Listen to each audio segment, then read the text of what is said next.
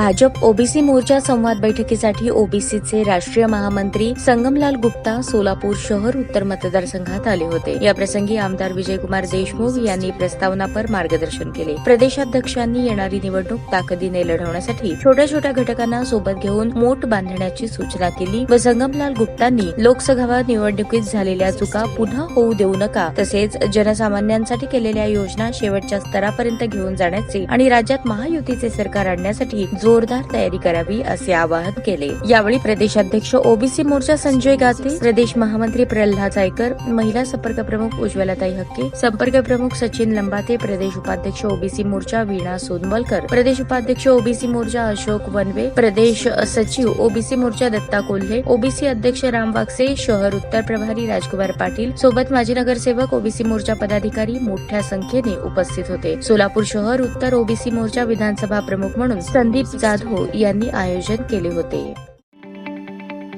ताज्या बातम्या पाहण्यासाठी प्राईम महाराष्ट्र न्यूज चॅनलला सबस्क्राईब करा।